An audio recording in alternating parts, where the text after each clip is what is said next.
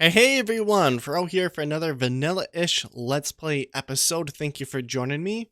We are finally going to be doing our world tour today. We're on episode 50, and first of all, I gotta apologize. It's been a little while since I uploaded. The weather's been really nice outside, and if you watch some of my more recent videos, you'll understand that that's not been the case for quite a while now. Alright, so we are doing a world tour. Hopefully you guys enjoyed that little cinematic experience in the beginning. I hope it sets the tone a little bit. And I got a little bit of morning voice this morning, and I got some coffee. So let's get started. Where we are right now is kind of like where we first set up in the world. I think I remember having chests right about where we are right now, and we had a couple furnaces. We had a bunch of bamboo laid up around the coastline next to us, or no, not bamboo, reeds, right? Sugar cane. And then we had bamboo kind of like over in this field area. And this is kind of the only remaining little relic of our first setup. We have our first Sacrificer 1.0, which we built 4/9/2020, so April 9th. Man, that's a long time ago, almost a year. Similarly, we have our first couple deaths immortalized here. Right, so our first death was death by height. I built a really tall pillar up so that we don't get lost. Right, so we have like a beacon in our world, and I jumped off of it thinking I would land in the water, and I didn't make it. But you can watch episode 1 and watch that fail yourself. And similarly, we got death 2 and death 3.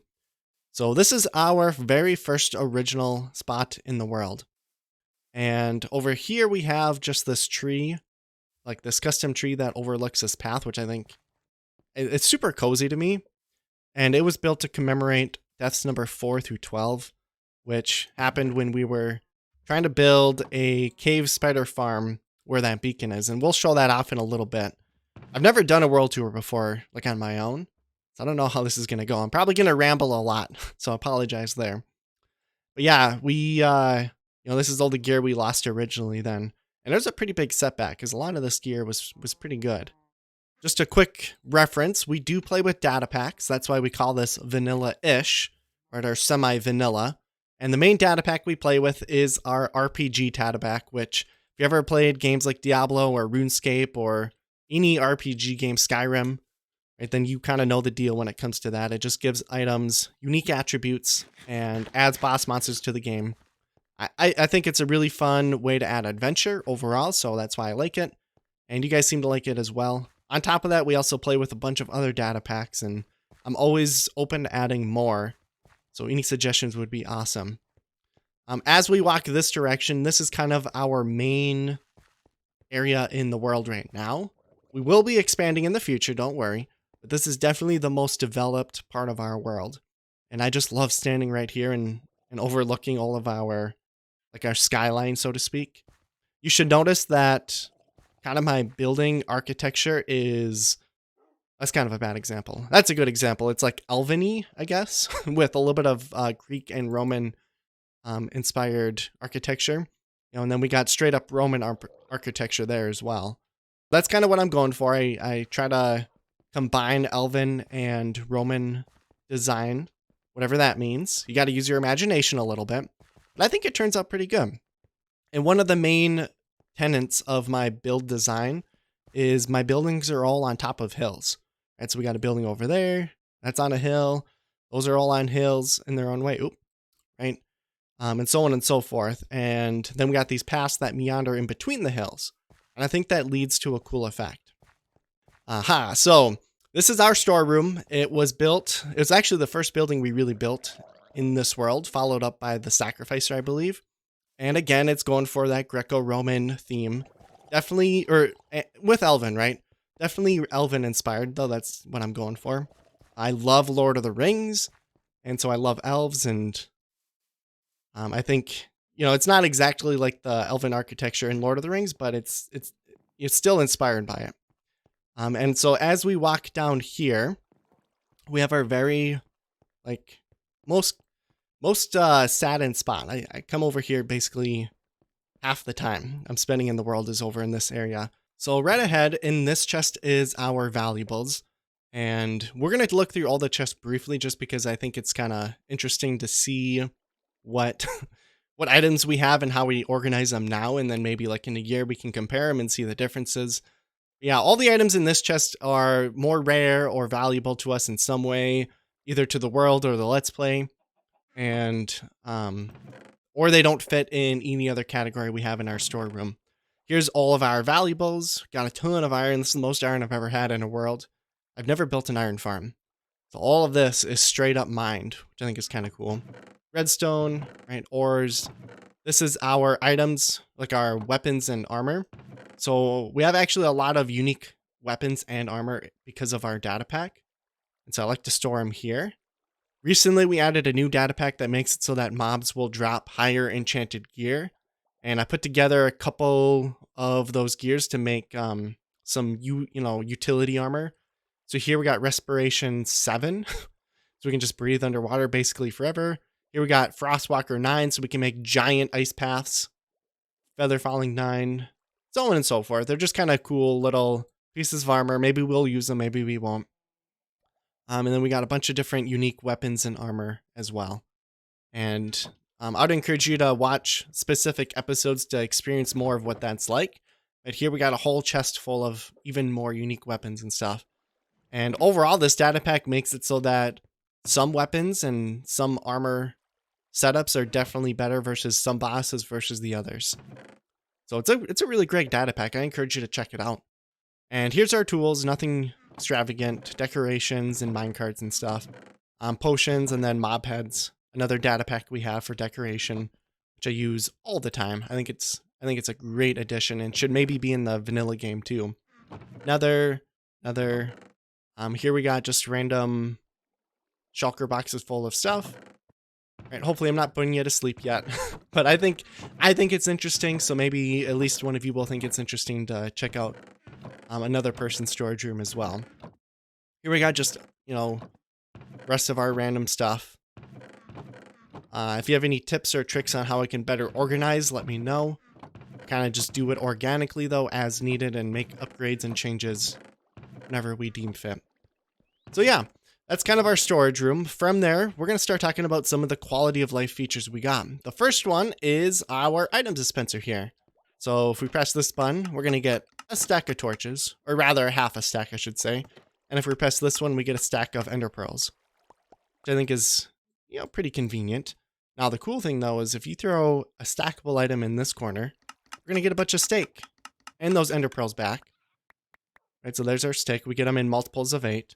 But now if I throw a stackable or a non-stackable item in the corner, now we're going to get a stack of stone. If it ever comes up. Yeah, there we go. Which I think is awesome. So then we have like a little bit of control over what items we get in just one little area. So it's super compact. Similarly here, we throw stackable items, we get rockets. Non-stackable, we get scaffolds, I think. Let's just double check. Yeah. So again, pretty cool little quality of life feature. I'm probably going to be changing this up though a little bit. And back here is kind of like the redstone behind it. So it's quite a lot of redstone. I'm not going to go through it all, but this is just what it looks like. And the items are stored inside of here. So like here's the steak chest. And nothing super fancy down there.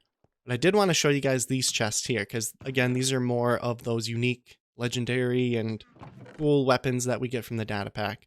This is where I store like our backup stuff. So here's all of our legendary gear we've gotten so far from this data pack, which I think is awesome. On top of that, we also have unique potions. And so this is where we have some of those more unique potions stored. Again, I would check out a couple specific episodes to see what using those is kind of like. We'll kind of skip it for now during the world tour. Hopefully I'm not putting you to sleep yet. I don't really know how to do a world tour. Now from there, we have our furnace system, which is a pretty basic setup. We, can throw items inside, get split amongst all of the furnaces, and then thrown into here. We have an automatic bamboo farm down below that feeds into here, so we have unlimited fuel, so we never have to worry about running out. And I don't know if I have it set up right now, but I picked up an item, but it didn't activate. So we used to have it so that if we threw an item there, this this light would turn on, and then these furnaces would get powered so that they don't drop items down below. So you can pick them up and get the EXP that smelting items gives you instead of having them thrown into a chest, which I think is pretty cool. And on top of that, we have our little closet over here where we had an anvil, we have brewing stands, and just all the little 1-block items that you might need to craft something quickly next to our crafting room, which I think is good. We also have our stone cutter, right? But something that I'm actually really proud of is if you press this button, nothing happens because we're out of anvils apparently. Hold on, I gotta fix that. I thought I prepared everything, but I guess not. And this is a backup, so it doesn't really matter if I break anything. Although I'm gonna try to not do too much. Yeah, let's try it now. So we'll close that, close this. Oop. Awesome. And I think that is such a smooth little function. I love it. And we can stack up to like 3 or 4 anvils down there. So it's a pretty cool little hidden storage room for anvils.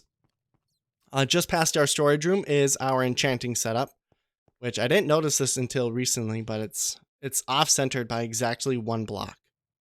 So hopefully that doesn't bug you as much as it bugs me. A couple quality of life features we have here is that we got a secret little tunnel that leads to our cave spider farm for EXP.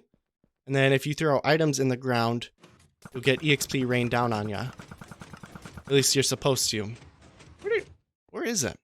It must be up there somewhere. Here, we'll go check that out quick. Right here is where we deposit the EXP bottles themselves. We put them in this chest and they get split. And here's the EXP. For some reason there's ice here, and I don't think there's supposed to be ice there.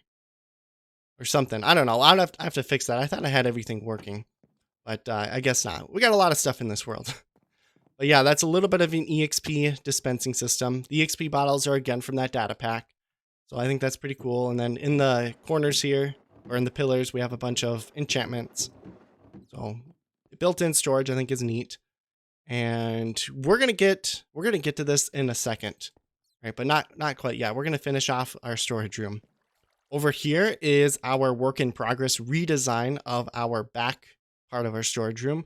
We used to have an automatic bamboo farm in this general area, and I tore it down a couple episodes ago to build in a shulker box storage system for bamboo, and then an automatic bamboo farm way down underground over there.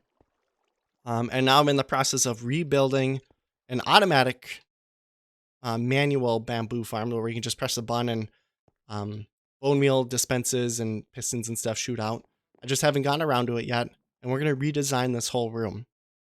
Now over here is pretty awesome. We got a map of our world, which we probably have to update because I'm pretty sure all of this is grass now.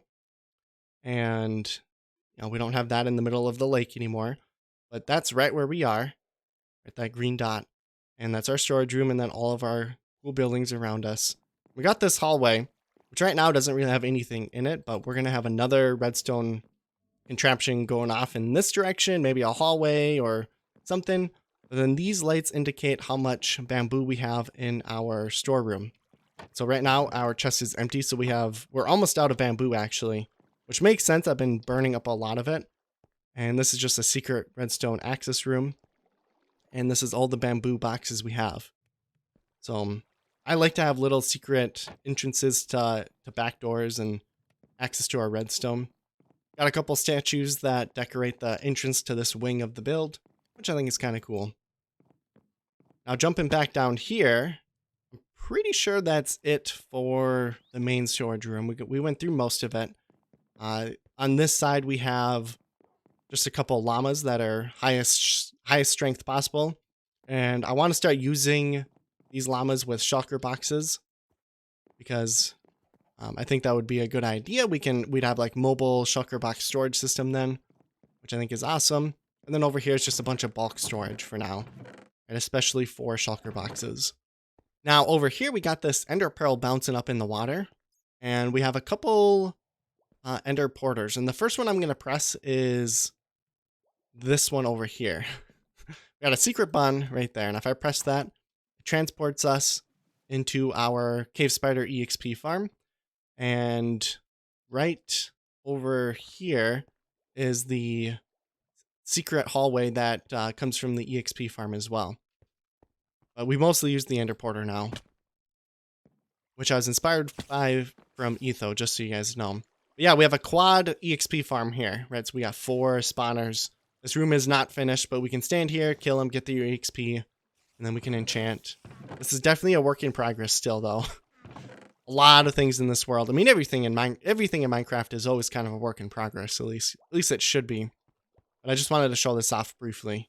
That's where we get all of our EXP, basically. Rotate that flower, and it brings it back to our home base. Now, we also have this trapdoor and this one hooked up, so that if I press that, it closes automatically, and it brings us up to our attic of our storeroom, which again is still a work in progress. We have nothing up here, but we have we can build anything up here now. Easy access, but this is the overall ceiling, which I think is kind of cool. And press that button and you get transported back. I really like the Ender Portal transportation system. Press this trapdoor and we get brought all the way over to our Nether Portal, or Nether Portal, I should say, which is cool. Right, and we're gonna walk here, so this is just one way to get here. There's another way to get here, and we're gonna walk here in a second. But we press this button and we should be transported back. Sometimes it doesn't work. Nope, this time it did. Just because I use trap wires and entities and they're not quite reliable. So yeah, that's our central Ender Portal system right now. We got, I guess we don't have any room to expand it at the moment, but we're going to eventually in the future. But from there, we're going to continue on towards our Sacrificer 2.0. On the way, I wanted to talk a little bit about these statues. They were built to commemorate a little bit of a bug we had with a data pack that destroyed all of the entities in our world. Why am I? What's on? I can't swim. What is going on? Oh, I'm flying. That's why. Yeah, so they were built to commemorate the accidental deletion of all entities in the area. And so I like to build monuments like that around the world. I think it's cool. It makes it so you never forget stuff. And it adds a lot of life. And got just a little tater patch and super decorated path here that leads all the way up to, again, our Nether Portal. And so that the Ender Portal is on the other side of the hill over there. And this is our Sacrificer 2.0, which has a secret redstone access room if I throw in an item right there. Uh-oh. Does it not work now? Or maybe it's up here. Oh yeah, it's up here. It's been a long time since I've actually played Minecraft. It's been like 3 or 4 weeks. So that opens up a secret access room to down here. And then we can close it again by throwing an item. I'm going to keep it open though, because this is where we sacrifice our items, which is a rule we have where every time we die, we have to sacrifice 1 item. And what that means is like any item we had on us at the time. So like any tool, any armor, anything like that. We got to throw into the floor here, like a soul, and that turns on the Sacrificer, which is a little loud. And we got this little tune playing, and right now the items are being shuffled around randomly by the sacrificing unit. It's not perfect. It's a little bit bugged out at the moment because I'm in the process of updating it. I haven't told you guys yet though. That's coming in a coming episode here. But it plays a little tune until you press this button, and it's supposed to stop and shoot off fireworks. But I've only done this about 1,000,000 times, so you guys can always go back and watch a later episode to see it working the way it's supposed to right now. I'm sorry that it seems like everything I've built isn't working. Kind of stinks. But moving on from here, this was our very first build we ever really did in here, so it established the overall theme of the base. And I love it. Oh, it's such an awesome build. I mean, some people don't like the kelp, and I think I need to update maybe the red inside of this room.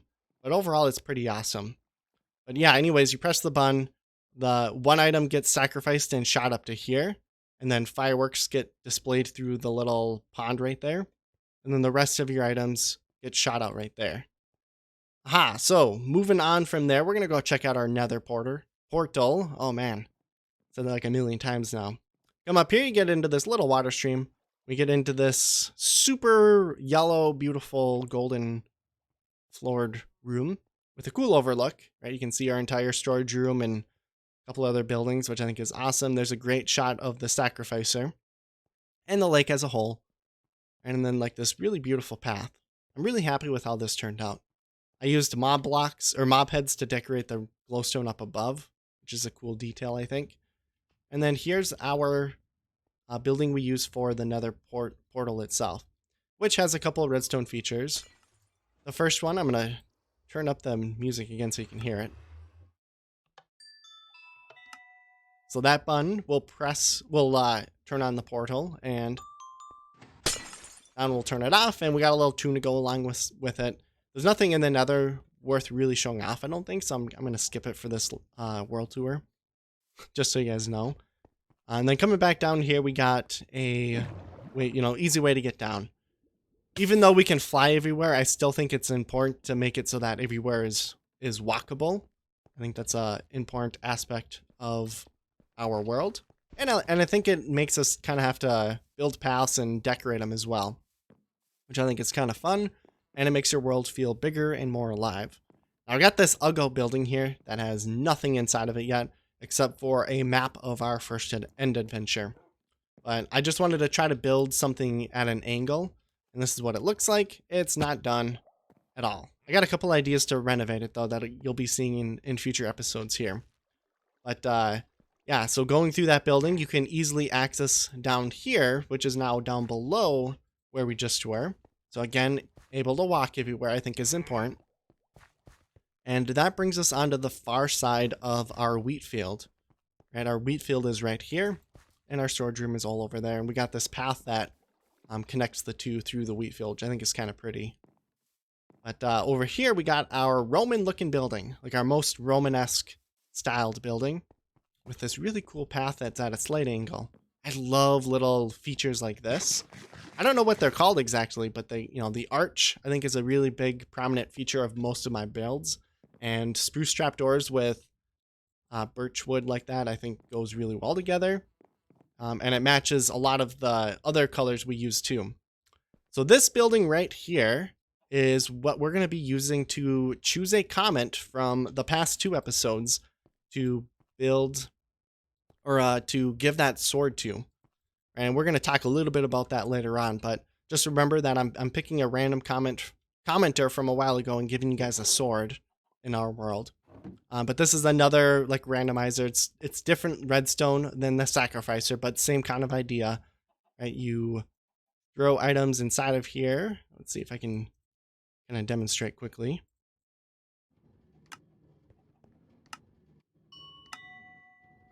Right, and then it turns on the machine, and then they randomly get selected here, right? Like thrown into the barrel, which I think is kind of a cool feature. It can sometimes take a while, so hopefully not too long. Yeah, there we go. So there's one. So we got our cap back. And since this is a backup, we can go back here and pick up the items ourselves manually if we want. So I'm actually going to do to save time. But yeah, I like little redstone features like this. Now, this is version 1.0 of the comment selector, and it works okay. We got to work on a second version of it soon here. But overall, I like the architecture design of this building the most. And we got this cute little plaza, which I think turned out pretty awesome. I especially like these details right here with the banners. I think those look really good. And again, we could just got a couple little overlooks. I think that's another big prominent feature of my world is just how many overlooks we have on the world itself. Even though it's Minecraft, you don't really waste time just walking around and looking at stuff. It's still nice to have that option. We got this cool little bridge. This is what it looks like from down below, and we're going to walk over it in just a second here, but here is that wheat field. Go ahead and fly over it quickly here to save some time. All right, so walk in this direction. I'm losing my voice a little bit. Hopefully that's not coming across in the video too badly. But walking over here, we got just a super beautiful, highly decorated area. We got like a bunch of benches with food and cake. Yum. All right, we got a grassy field with bees in it. And I think this is just a really beautiful park area of our world. And coming up here is one of my favorite entrances I've ever built. We got like these really tall columns, and again with those arches. And I kind of copied this design over there to get into our comment selector as well. Those ones are just a lot shorter because I loved it so much. This building doesn't even really serve a purpose. It just houses our build ideas. So these are all building ideas or project ideas I want to do. I haven't done them yet. And then these are our long-term ideas. So we got like Death Island, which we're going to show off in a little bit. Our Catacombs, Operation Bells and Whistles, and then the Froe project overall. All right, and then just minor little details. And here's supposed to be a list of completed projects. We got some hidden storage and crafting here, which I like to do every once in a while. But I'm going to come around and update these signs and the project list in a little, in a future episode here. And here's this bridge. I was inspired to do this bridge by, it's not nearly the same concept at all, but in Lord of the Rings, they got the Bridge of Chasm Doom in Moria. And that's where the Balrog takes down Gandalf, just for reference. And that bridge right there inspired me to do this one. But this is what I call the Red Tower, which is going to be getting a major renovation shortly here. And it houses the map of our known world, which is like this. So that's north. This is south. This is where we are. Our spawn is about 2,000 blocks south. So it'd be about right here, I believe, roughly. One of these two blocks. Each of these block maps is, a couple thousand blocks long. But yeah, this is our known world. If you notice, we don't have anything to the east of us explored. It's because we're saving that for the 1.17 update.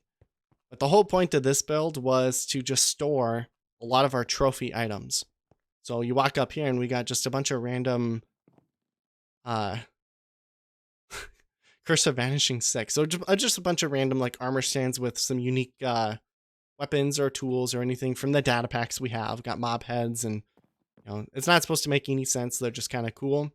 These are heroes. I think this is the armor we used to fight the Wither or something like that. What are you doing up here? Oh. Okay. But yeah, so this is like our trophy items in the world, right? Our absolute most valuable things ever. I think these are our first pickaxes. I think it's kind of cool. First, shovel. Got a bunch of our first items here. So like our first enchanted golden apple, first honey block. I don't know. I've seen other people start to collect first items and I thought it was cool. So now I'm copying. On top of that, we got some of our legendary items, and here's our like OG items in the world. I think like completely original. I'm not a sentimental person, but it's pretty cool to hold on to that stuff, especially since we're coming up on a year here of this Let's Play. Got some maps of the world, which I'm not gonna open up because I don't want to update them. And then just like fancy, all of these are like armors and stuff that we've used before. I like to retire them so that we are forced to make new stuff. They're all legendary or unique items though, overall. Oh, didn't mean to equip it. Whoa, those are incredibly good. Something got, I don't think that's right. I don't think they're supposed to be enchanted like that. I think there's a bug with the data pack we had installed. But man, those are insanely good. Holy cow. Okay, we'll have to maybe look at that in a future episode. I didn't know that. Do they have them too? Whoa. Okay. All right. Yeah, we'll have to look into that a little bit more. But again, this is just a super highly decorated room. This is the first time that I got into interior decorating, and I am extremely proud of it. It's a little bit busy, a little noisy feeling. But I'm really, really proud of it. I am going to come through and update all of it and redo it, though, now that I've got a lot more practice under my belt. And I'm going to redesign the tower as a whole. So any suggestions for that would be cool. I don't have any ideas in mind yet. I just know that I want to update it.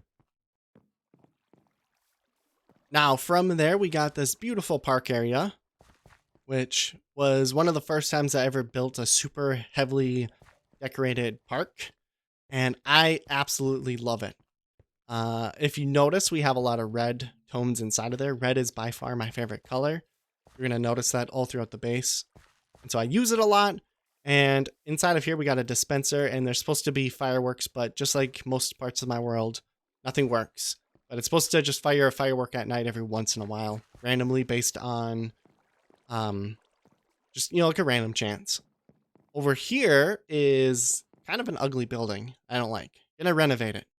There's a lot of things I want to change, which ties into one of the main philosophies of Minecraft is build it. Even if you don't necessarily like it at the time, something built is better than nothing.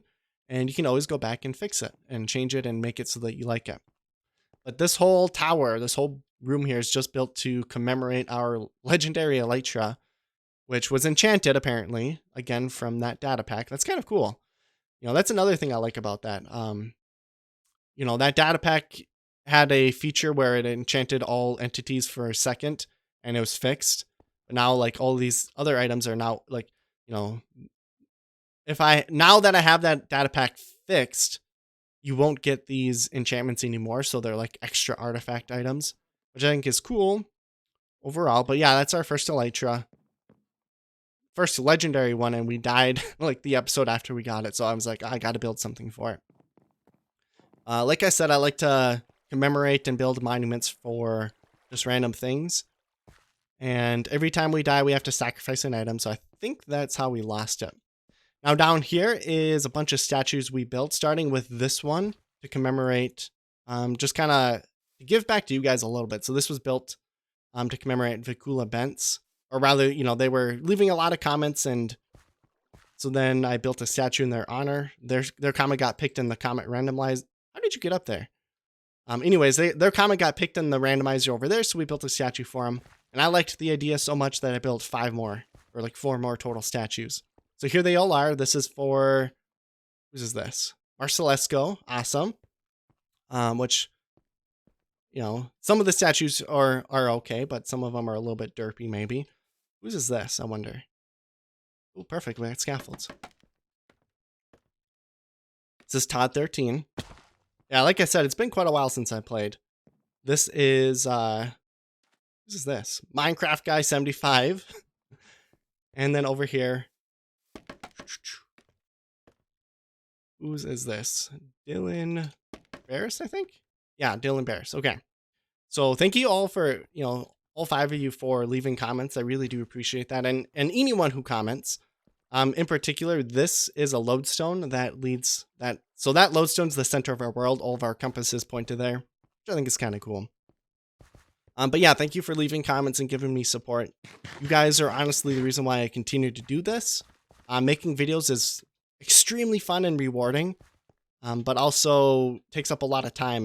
And I probably would have, you know, petered out by now if I wasn't getting the support I was to some degree. Maybe not. I don't know. But the support definitely does keep me going. Now, this is another area that's under heavy renovation. It's the backside of our storeroom.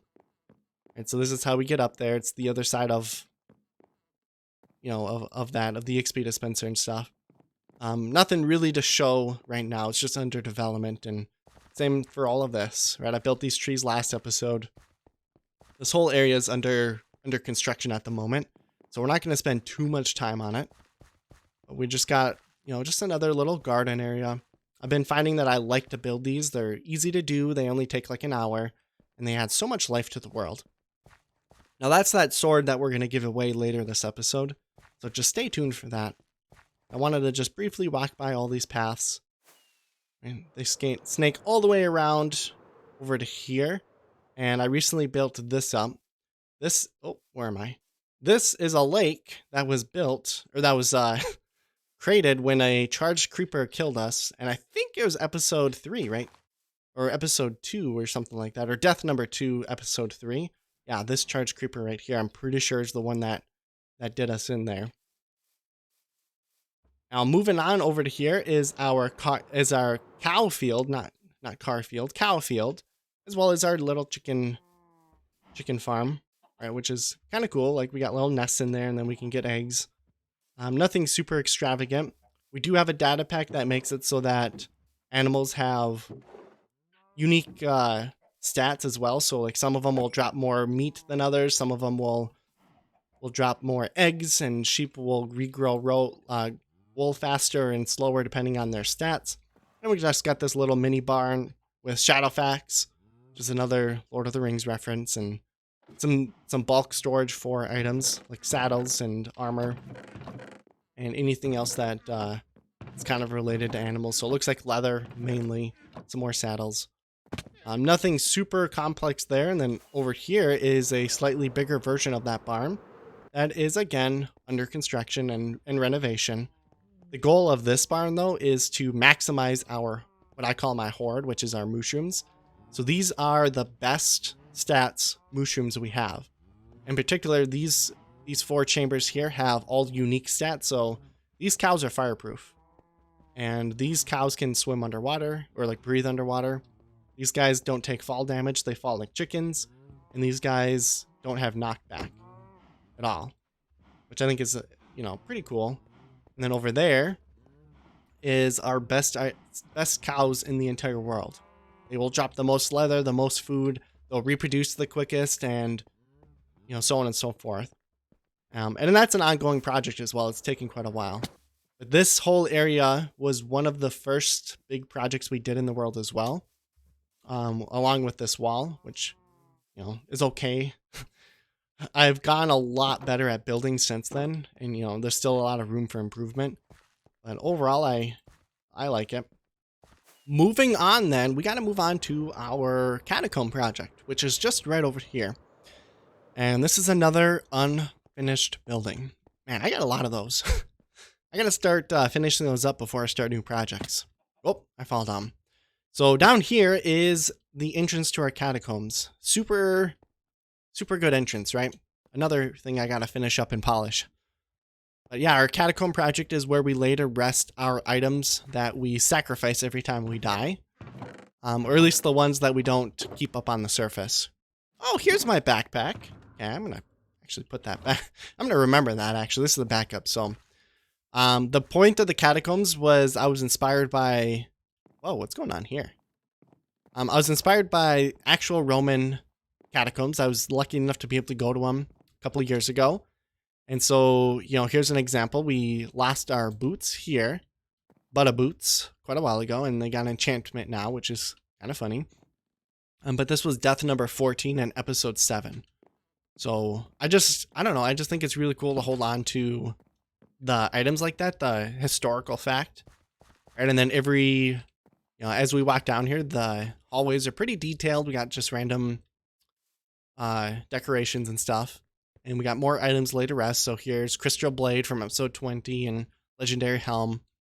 I like the idea because it gives me a reason to build like a random room that doesn't necessarily have to fit the theme of anything else, and try out some of the armor stand decorations. So that's how we got this sword to lay on the ground, is that it's just an armor stand, which is part of the data pack we're using. Same for this mini armor stand. So I really like that. It's it's a challenge for me. The other thing about the catacombs here is since we're on a mushroom island, we don't have to worry about mob spawning. So I've been experimenting with having it be dark. And maybe you have to carry a torch in here with Optifine lighting, right? But it just adds a certain level of ambiance overall. Right? And this is our most recent, or one of our more recent items that we've laid to rest. Just like, it doesn't fit any theme at all. It's completely different than the other catacomb chambers we have. But they're pretty cool. And so here we got our Cheroline Chitin, which are just super strong pants. Which again have the enchantment bug on them. And our boots. Right, but they're laid to rest, so we can't use them no matter how good their enchantments are. But I'm pretty happy with how all these chambers are kind of turning out. On top of that, let's see, does anything go over here? No, not really. This is an ongoing project as well. It's kind of something that'll just continue on for the rest of the Let's Play. For the most part, I mean, we might build other catacombs or like another graveyard somewhere else. Here was the first time I ever built with the new nether blocks, which I think was pretty cool. And this was our first legendary totem. We died in number 34, episode 48. Or no, we laid to rest episode 48, so that's pretty recent. Kind of recent. It's been a while since I've uploaded. I apologize for that again. You know, another item laid to rest. Just a pretty basic chamber there. There's quite a few chambers though overall, so we probably won't go to all of them. But it's just another cool little ongoing project we have in our world. Now this chamber is the one that I like the most, to be honest. It just feels the coolest. It's got like a little river going through all the cracked sandstone, going through on the other end. And we got beaver teeth, which was actually one of the most used axes I had in the world. I think I repaired it a bunch of times. So when we finally lost it, that sucked. And it was episodes 5 and 6, Death by Caving, which happened quite a lot in those early episodes because the mobs in this in the data pack we play on are beefed up by quite a lot, to the point where early on I was like a one-hit kill for a lot of the mobs if I wasn't careful. Alrighty, so now we are on Death Island, which is about 300-400 blocks away from our main island, which is that direction. And we got this lighthouse. It was one of the first builds I ever did in the world again. It's functional, so here I'll time set night. Let's take a look at what it's like when it's at night. And so it actually turns on, which is pretty awesome. It's pretty easy to do that kind of redstone nowadays. I do remember in the past it was more difficult. But this lighthouse was built as kind of like a outpost so that we could fight mobs here on Death Island. We kind of had to have a separate area to do that because mobs don't spawn very often in our main island, right? Because it's a mushroom.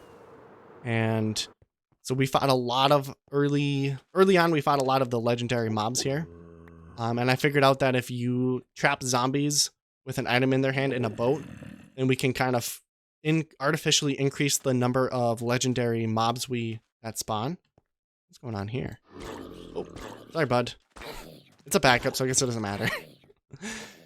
Over here is where we do a lot of dungeon crawling, which is another feature of that data pack. If you throw an item on the ground, it'll spawn a dungeon down below, a random one. There's like 5 or 6 that'll spawn. And this is where we do most of that, which I think is kind of fun. And the whole point of Death Island was we were going to build like a Coliseum type of building here. And also this lighthouse was built based off of one that I visited when I was growing up. So that inspired me. And it's also one of the first times I interior decorated on top of like that alongside the red tower. And I like how it turned out. It's not perfect, but it's pretty. I just don't come here very often. So a lot of this stuff was placed here, you know, like 7 or 8 months ago or even longer. All right, so this is our bedroom, which is one of our most recently completed projects. I may have died to get here on accident. Oops. But, you know, we just have a couple rare artifacts around, which is pretty cool, I think. Up there is how we get it, is the entrance to our bedroom. So when it gets dark out, those dirt blocks open up. And here's an armor dispensing system. So like if we stand on here, we'll get more and more steak as long as we want. We'll get more totems of Undying. And here we'll get an emergency elytra. And then on top of it, we'll also get a bunch of rockets, which I think is kind of cool. I don't know if I had an elytra stocked though. I can just steal that one though. As well as some of the emergency tools we may have, right? So nothing super fancy. And then here's just a non-functional workshop room with our Catacomb sword, which is from a data pack. It's just an iron sword, but it has a couple special effects. And we got like this special basalt darkstone that we use as kind of like our anvil. Ooh, here's our cleaver. It's one of the strongest weapons in the data pack. 37 attack damage. That's just insane. But yeah, this is our bedroom. I'm pretty happy with it. It feels kind of hobbity, which is what I was going for with these doors. And it leads right out to here. Right, and on top of that, we have our mob farm, which you can actually see right here. We got a parrot in the middle of it, and that parrot has a special effect that makes mobs glow. And again, that's from a data pack. But yeah, to get down to our mob farm, we just pop on down here. And this is where we get all of our mob loot, basically. And I built this early on in the world, too. Pretty loud, hold on. One of the one of the problems with having these data packs is some mobs will spawn with the ability to be immune from fire damage and have more health, so fall damage won't kill them. So what I had to do instead was build a suffocation machine that activates every 5 minutes to clear out the legendary mobs that will sometimes unintentionally spawn in here. And this is just, you know, old whoa. The chests are not organized right now. The system's a little bit broken, like most of our world. Got a lot of EXP down here though, which is kind of nice. But yeah, so that's basically the overall gist of our world. I guess one other thing to note is the reason why mobs can spawn here is this is technically an ocean biome. Right? We have our debug stuff disabled, so you can't just tell the biomes. But it's an ocean biome, and that's why mobs can spawn there versus like over here, it's mushroom. On top of that, also, we have large biomes on, so if you ever do want to, you know, play the same world as me, remember that we have the large biome setting enabled. Alrighty, so that is all she wrote. That is our world as of episode 50. Now, we did skip a little bit. We skipped a couple little projects like our flower farm and, you know, there's a couple work in progress projects I haven't shown you yet that we haven't gotten through. But for the most part, that's what our world looks like as of episode 50. Now, what I have in my inventory are all of the commenters from the last two episodes, 48 and 49. And we're going to pick the 10th commenter who gets selected here. So these are the first 9. The comment who gets pushed right here is going to win the sword for episode 50. So I'm kind of excited to see how this goes. We haven't had this many comments thrown into the selector before. So let's see how it goes.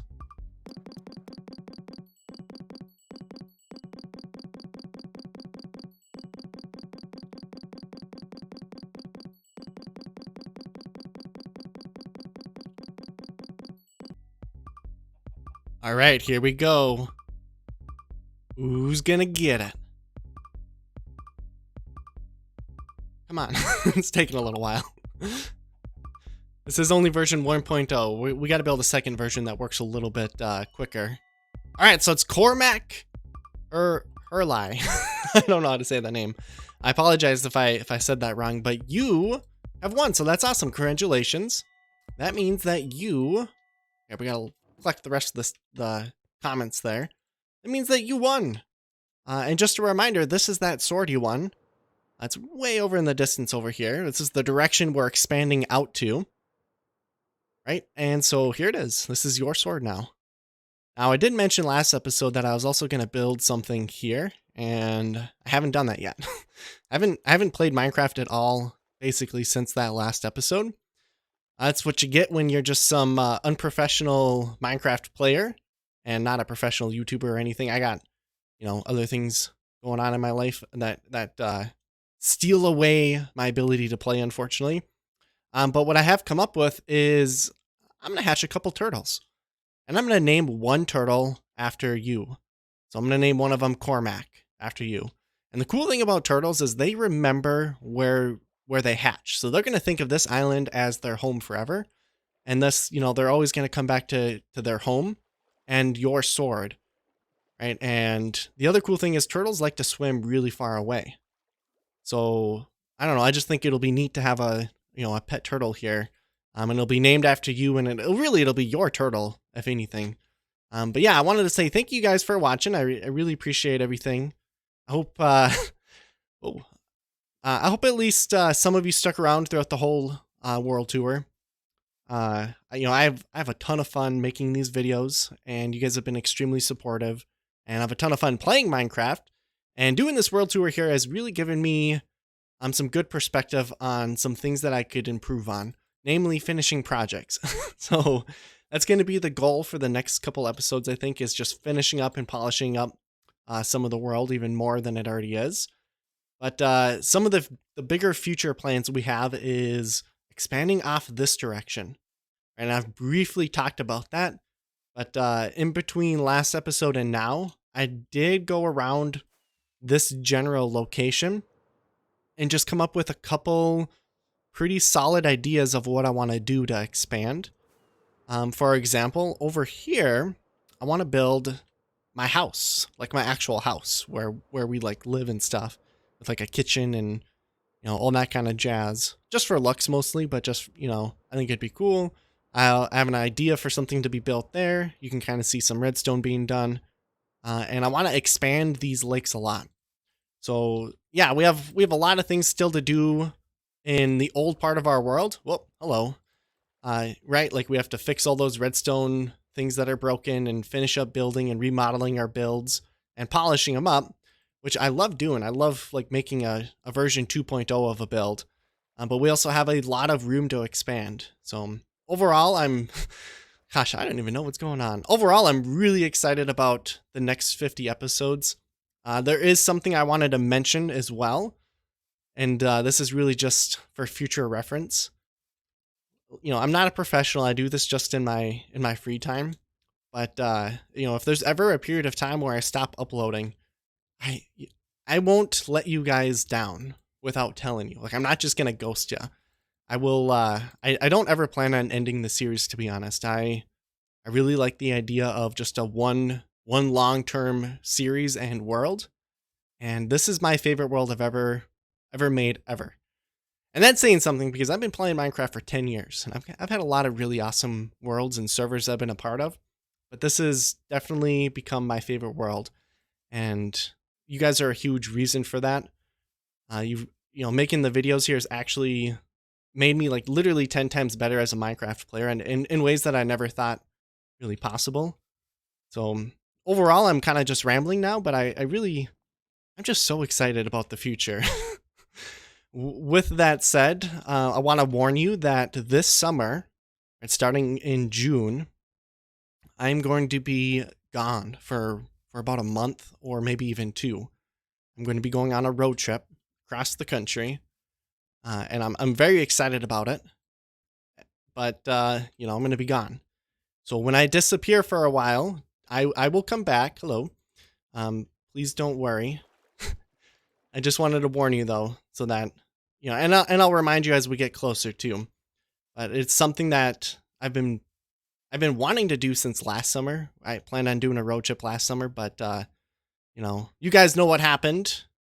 And, I got in the way, so now I had to push it back a year. But now that things are kind of getting a little bit better and improving, I finally feel comfortable doing it and feel safe and like I'm not breaking too many rules or anything. All right, so now I'm really rambling. All right, you guys have a great day. Thank you for watching. I really appreciate it. Stay safe. Eat lots of good food. Eat lots of good candy. It's those Reese's peanut butter eggs, like the big ones that you can get because it's Easter or like close to Easter time, are so good. So maybe try one of those. All right, bye bye.